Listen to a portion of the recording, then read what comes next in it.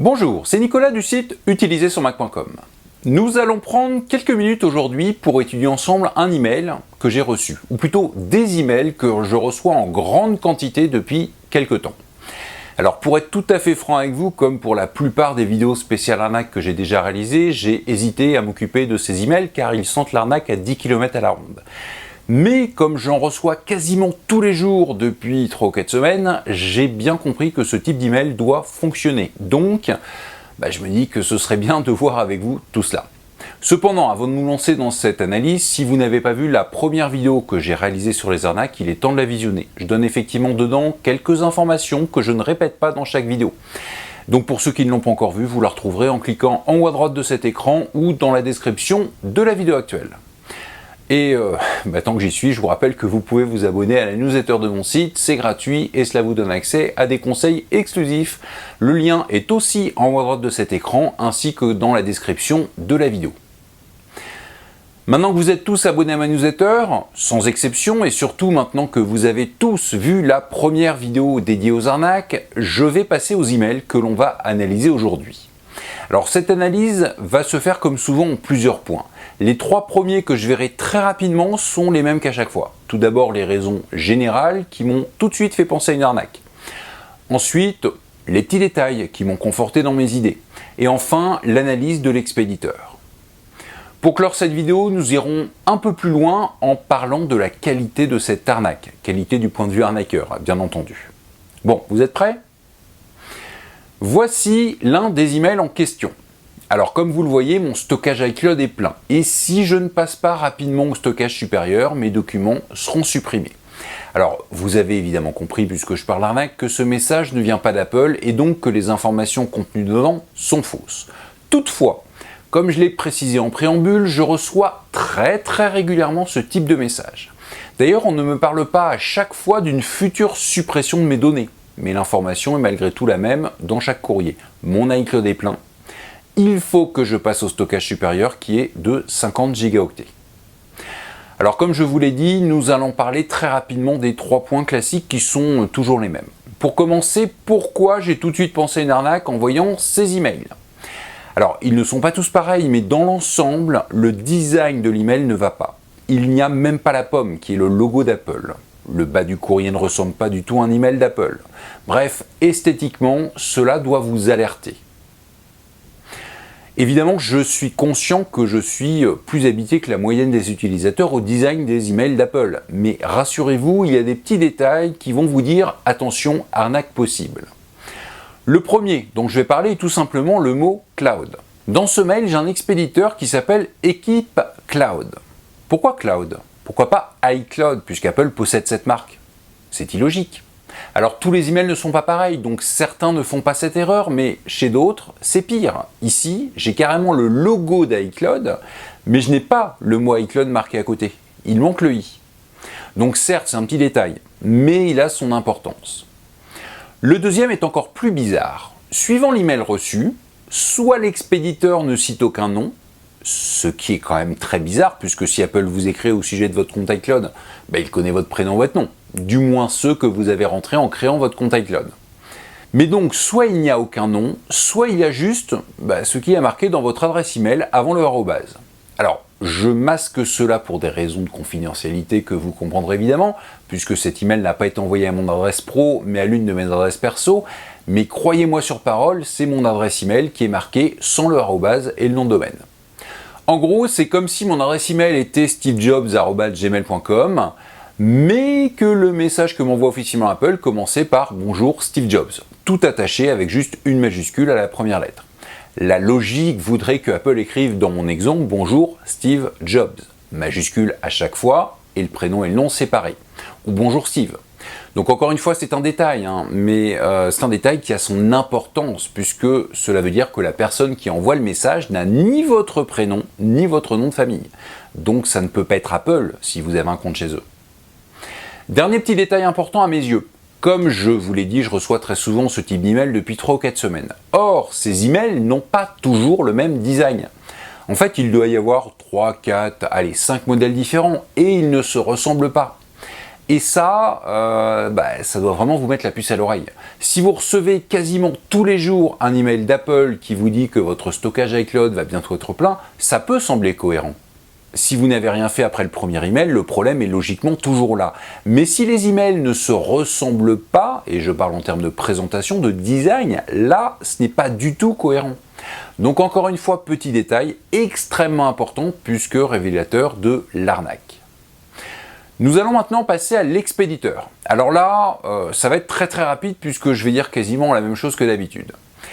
Quel que soit ce qui apparaît ici, à savoir le nom de l'expéditeur, ce qui compte réellement, c'est son adresse. Et là, ça vous semble être une adresse utilisée par le constructeur des Mac ? Moi, pas vraiment. Alors je rappelle que si l'adresse semblait vraie, cela ne prouverait pas qu'il n'y a pas d'arnaque. Mais lorsque l'adresse n'a aucun lien avec l'expéditeur officiel, là je suis censé recevoir un email d'Apple quand même. Donc dans ce cas, ça prouve bien que ce courrier est bon pour la poubelle, ou plutôt les indésirables. Et surtout, ne cliquez pas sur les liens présents dans ce mail. Alors, je n'ai pas analysé vraiment en profondeur cet email puisque les problèmes sont un peu les mêmes que les anciennes arnaques dont j'ai parlé.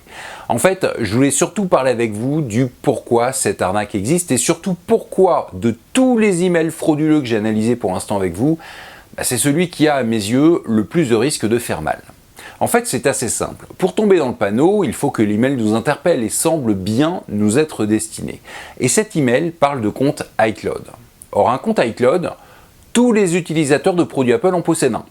Allez, quasiment tous, ne faisons pas une généralité. Et j'irai plus loin, il y a un paquet d'utilisateurs de produits Apple dans le monde. Je pense notamment grâce à l'iPhone. Donc la probabilité que l'utilisateur qui reçoit cet email possède un appareil Apple et donc un compte iCloud est élevée. Donc potentiellement la probabilité que l'utilisateur qui reçoit cet email se sente concerné est élevée. Et c'est bien ça le problème. Si vous vous sentez concerné, vous allez être moins méfiant et c'est pour cela qu'il faut toujours aller à la source du problème évoqué lorsque vous recevez un message de ce type, que ce soit par email, par SMS ou même par d'autres moyens. Je m'explique tout de suite. Si je suis à la lettre ce que l'on me dit ici, mon stockage iCloud actuel est plein. Donc on me propose un lien pour le mettre à niveau. Mais si mon stockage est effectivement saturé, cela veut dire que je peux le savoir en allant moi-même sur iCloud.com ou tout simplement en allant dans les réglages système d'iCloud de mon Mac ou les réglages iCloud de mon iPad ou iPhone.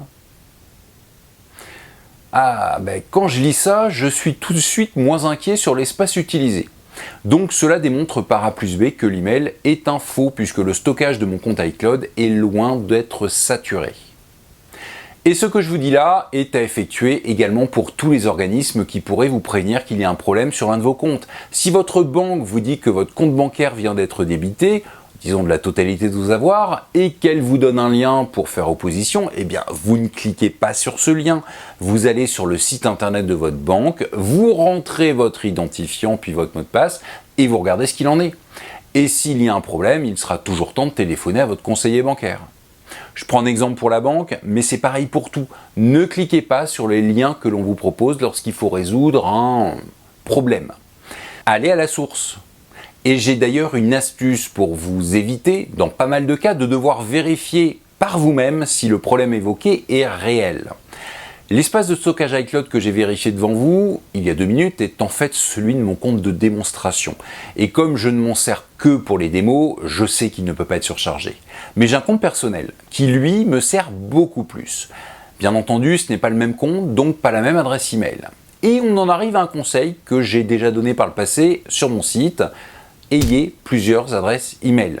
Alors, le but, ce n'est pas d'en avoir 50 et d'être complètement perdu. Ce que je recommande, c'est d'avoir une adresse email personnelle, à l'occasion une seconde, dans certains cas très particuliers, éventuellement une adresse professionnelle suivant votre travail, et une ou 2 adresses que j'appelle très joliment adresse poubelle. L'adresse personnelle, vous évitez évidemment de la faire traîner partout et à chaque fois que vous devez inscrire votre email sur un site que vous ne connaissez pas trop, vous mettez une adresse poubelle. Comme ça, vous allez limiter les indésirables sur cette adresse. Alors évidemment, il y en aura, mais une partie ira sur les adresses poubelles qui ne seront reliées à aucun compte que vous utiliseriez.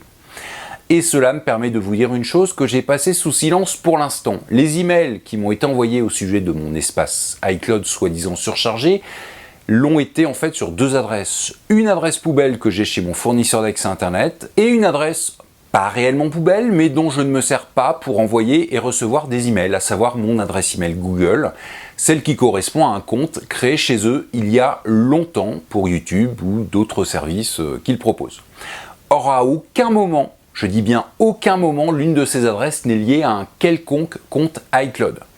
Donc je n'ai pas eu besoin de tout ce que je vous ai montré pour savoir que c'est une arnaque. Je l'ai su dès le début en regardant sur quelle adresse j'ai reçu ces courriers. En fait, c'est un peu comme si un message de la banque Dupont me disait que mon compte bancaire chez eux a été piraté, alors que je ne suis pas client de cette banque. En résumé, je vous invite à limiter l'utilisation de votre adresse email personnelle, donc créer des adresses poubelles pour les sites qui ne vous inspirent pas confiance. Confirmez si ce que l'on vous dit dans l'email est possible par rapport à l'adresse qui a reçu le courrier. Évidemment, vérifiez l'aspect général de l'email, les petits détails et l'expéditeur. Cette vidéo est finie. N'hésitez pas à me dire dans les commentaires si vous avez déjà reçu un email de ce type et surtout si vous utilisez déjà des adresses email poubelles.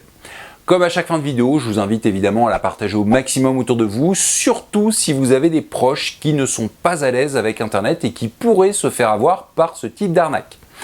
Comme dans toutes les vidéos que je réalise sur ce sujet, je rappelle que si ce type d'arnaque existe toujours, c'est qu'elle fonctionne et que de nombreuses personnes tombent dans le panneau. En plus du partage, évidemment, vous mettez un petit pouce vers le haut si vous l'avez trouvée intéressante. Abonnez-vous également à ma chaîne YouTube et à la newsletter de mon site. J'offre gratuitement aux abonnés de ma newsletter des conseils exclusifs qui ne sont disponibles ni sur le site utilisersonmac.com ni sur la chaîne YouTube correspondante. Si vous ne vous abonnez pas, votre espace iCloud sera automatiquement saturé. Bon, plus sérieusement, je vous donne rendez-vous pour une prochaine vidéo. À très bientôt.